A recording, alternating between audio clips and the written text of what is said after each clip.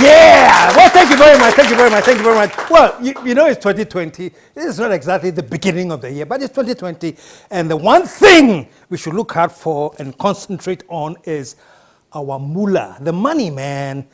Somebody says money can speak one language, and the only thing he can tell me is goodbye. Which means no matter how much money he makes, it's always leaving him. Well, today we're going to talk about how do you keep that money? Not just keep it, but how do you make it grow? And that's what we're going to be talking about. And who else can talk about this other than my respected friend, a great man? Put your hands together. Show some love for Mr. Kojo Addae Mensah. Yes, sir. Yes, sir. Yes, sir. Good to see you there. Yeah. All right. And by the way, CEO of Databank, boss. Man, long time on. Yeah, I think it was somewhere in November 2018. Yeah, it's over a year. It's been over a year. Yeah. It's been a long, long time. Long time. Things are good. As they say, I think Cheba. Yeah. You know, you heard me. We're going to talk about investment. We're going to talk about Databank. Yep. We're going to talk about why Databank and many, many other things. But quickly, before I start, I just learned that your father was a sports commentator way back then. In the 70s, he was. I mean, together with, for those who really would know, with Kofi Kumado, who was then also a law lecturer in Legon, Winston Davis, Edward Fachi. You know, I remember those people. I would go in across Sports Stadium in the commentary room, little boy like that, watching them do their thing. Yeah. Because I was just mentioning to a friend of mine, you're coming today, yeah. And I mentioned, I said, wow, your interest in sports just dazzles me. And he said, oh, it's from his father?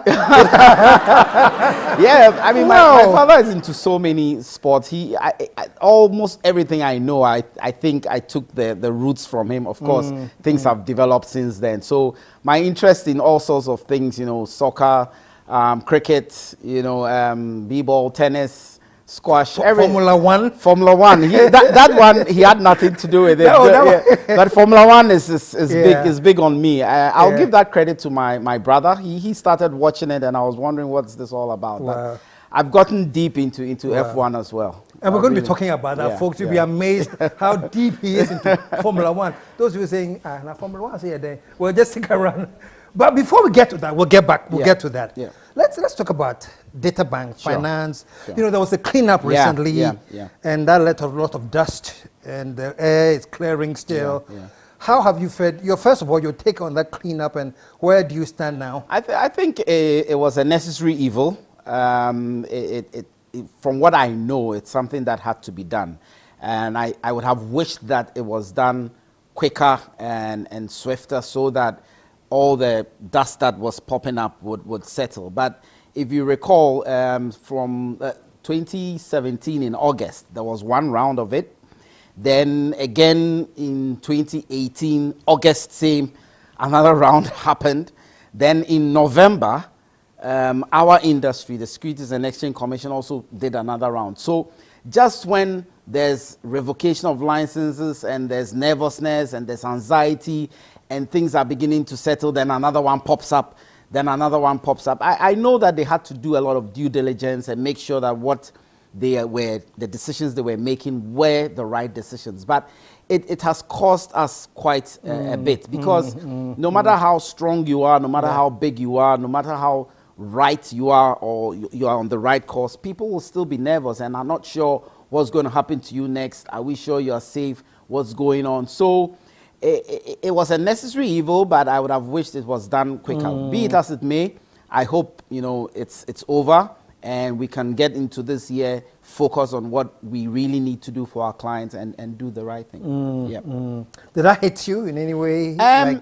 You know, sometimes journalists take things differently, but let me tell you how it would affect a company like Databank. So in August, licenses of 347 microfinances, 23 savings and loans are revoked.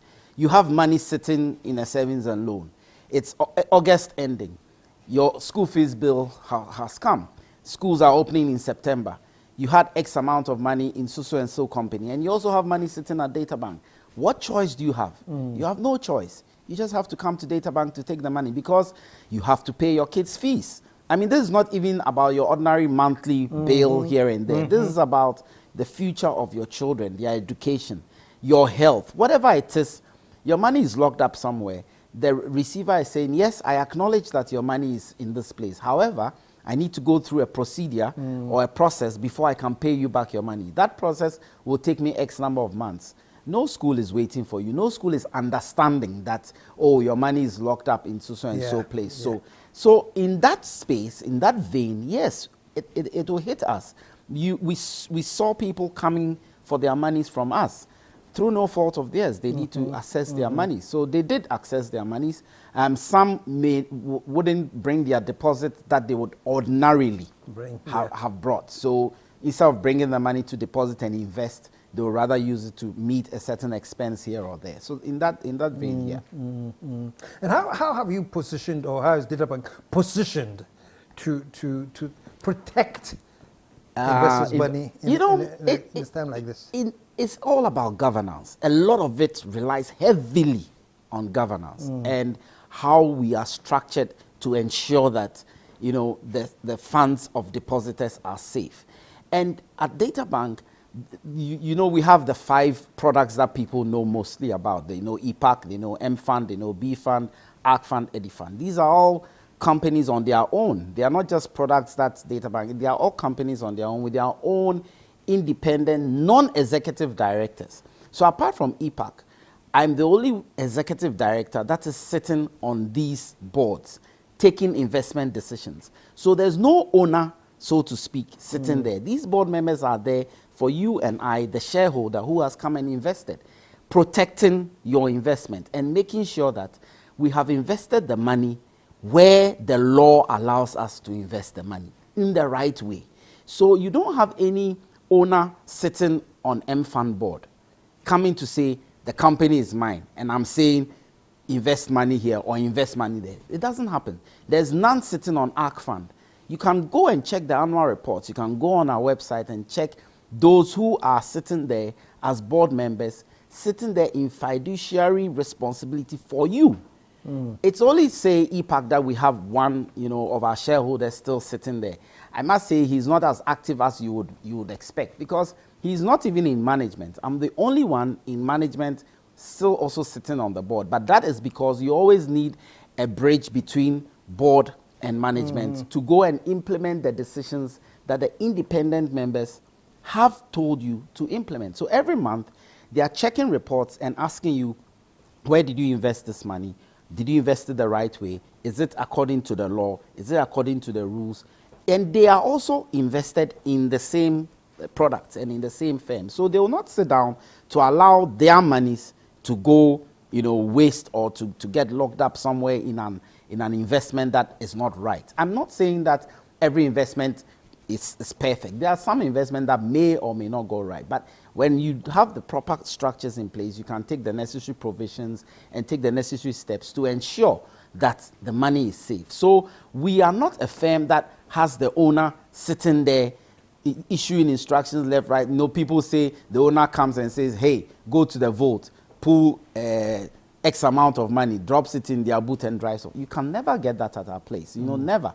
Every product and every board has different members. So I'm speaking every quarter to at least 15 different people. Now, KSM, come on. You think 15 independent non-executive directors will sit down and allow for just one single person to misuse money anyhow?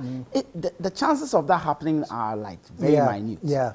How could people get away with it though? I mean, if there was something that was happening or something that was rampant, is it because there was absence of structures or? You see, a couple of things. The structures could be there, you know, but I must admit the companies were many. So the regulator trying to find out what everybody is doing every quarter will not be easy. They are not resourced to that level. And maybe there's something about the entry level. People were saying that to get into a license the entry level was too low and all that. But more importantly as well, sometimes, you know, like I always say, when you have owners also sitting on the boards at the same time, it can be tricky. I mean, this is the man paying you, so to speak, and then gives an instruction. Not everybody has the courage to stand up against owners and say, look, what you're doing is wrong, I don't accept it, and I will resign on principle. It rarely happens in Ghana. So I'm just speculating here, but I think it is a factor where two things are happening. Maybe at the level of the board, there are owners also sitting there, also issuing instructions that nobody is challenging. And then, because the industry had grown so rapidly, so quickly, and so huge, the regulator was unable to track and find out if everybody was doing what they actually said they would do. But as an example, you know, in our industry, we're being asked not to, you know, give guaranteed rates. They had said it over and over again. We asked for time. Even yet, while we're asking for time, some of our people were still, you know, going ahead to guarantee the rates. Now, when you guarantee a rate like a bank, and you don't have the balance sheet that the banks have, like a bank has 400 million. Our, you know, stated capital is now being revised. They are looking somewhere around 2 million. Look at the gap. So if I guarantee you a return and I'm unable to meet it because the investment I made didn't happen, then it means that I have to fall on my balance sheet. I don't have that kind of balance sheet to be able to pay you irrespective of what has happened. So those are some of the things that people should really look at when, you know, and we always look at the firm and we look at the regulator, but we should look at ourselves as well. As shareholders, we should look at ourselves. We always say, oh, yes, hi, good. They say, this place, oh, they say. Yeah. Then we use they say, and then we go. We don't ask the right questions. We don't check who is there. We don't check their track record. We don't check their experience. We don't know where they've been, what they've done. But the benefit for those listening, what are the right questions? What people should they be asking? What do they want to? It's not very complicated. First of all, you have to ask, are you regulated? Do you have a license? Have you filed your returns? Did you file them on time? You know, you can even go to the regulator to check these people. Do they file their returns on time and accurately? Delays are a symptom of issues. When people keep delaying consistently, then you have to start asking, okay, somebody goes in and says, I'm investing 100 CDs. What is the expectation that in about a year, about how much will I be getting? And then you are being given some averages that, you know, today T-bill is at 14.9 or something, and then you are being given double that. You should ask, okay, what is it that you are doing differently? Where exactly are you placing this money? What is it? You know, people are giving answers that, okay, because they want to hear that answer, they accept it and go. But if somebody gives you 10 percentage points above a risk-free rate, you should really ask some very serious questions. And how come you're able to do this? What risk are you taking? Because, yeah, it could be possible, but it's high risk, high return. So maybe the return is high, but then the risk is equally high. Are you prepared to take that risk? You know, who are the people behind the company that you are putting your money in? What is their track record? Where have they worked before? What is it that they've done? I mean, with all due respect, if you come out, you know, to Databank and you ask who the CEO is, it's somebody who has been sitting in the financial services industry for 2 decades. You don't just, you know, get there by default. Even if it's a brand new company, you have to check. Okay, it's a brand new company, but the person running it, what is that person's, you know, track record itself? So it's not just about the track record of the company. Yes, the company is, you know, 30 years old, but the person running it, what is that? What have they done before? You know, what's their background? You do all those checks and make sure that you are putting your money in the right place. What are the reports? We don't like reading reports. What disclosures are in the reports? Are they really disclosing what it is they are disclosing in? And I always give EPAC as an example, where if you pick the EPAC annual report, you will see which countries in which EPAC has invested, which companies in those countries they've invested. And if you are a serious investor, you even check whether, okay, this company that they say they've invested in, is it really any good company sitting in Nigeria or sitting in Malawi or Egypt or Kenya or wherever it is that we are. If you take M-Fund, it will show you which fixed income instruments we've put your money in. 91, 1 year, 5-year bond, ESLA, etc. Disclosures are important. So that is such a huge difference, in my view, between what we do at Databank and what a lot of others do. Who would you consider your competition?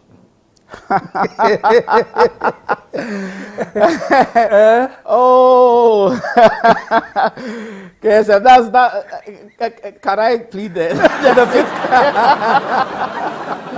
fifth? Okay, but seriously speaking, I must be honest. And there are three of us really, and the three of us, we collaborate a lot. We don't see ourselves as competitors. We see ourselves as collaborators, because if we don't do that, our industry can crash around us if we start just hitting at each other. So Databank is EDC and is Stanley. For me, we are the three main investment banks in this country doing solid fund management business, I must say. But the three of us collaborate a great deal, because a lot of our competition has gone down right around us, and it's not good for the industry.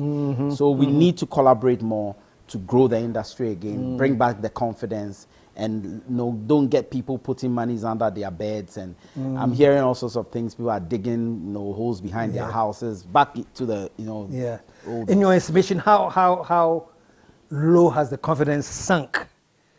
How much work needs to be done to bring that back up? A lot of work. Look, let's put it at, if 2015 was 100% confidence, I'm just using that. Yeah. I think today we're at about 20%. Really? Yes, I'm not that kidding. low? Oh, that low, because, and a lot of people don't even see the differences between the microfinance and the savings and loan and the main banks. They lump all of us together, and unfortunately for us, because bank is even attached to our name, it makes the matter worse. Yeah. So they lump all of us together, and say, oh, we are not sure when you are next going to be hit. So the confidence is really, really low, and we are going out. We are not perturbed. We'll continue to go out there. We'll continue to educate.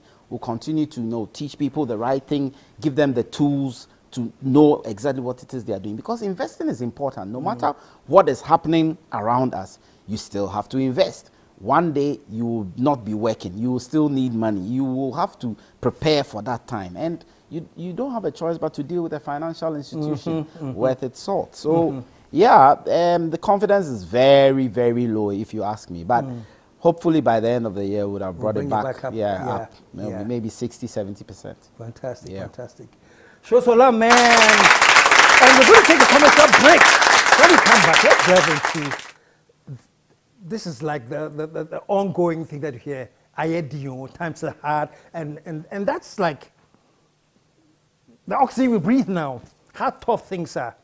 How do you invest when the climate is so muddied with this times are hard issues? When we come back, we'll pick his brains on that, so that you know that within, no matter how bad it looks, there's still a way to invest and stand up straight. Stick around, we'll be right back.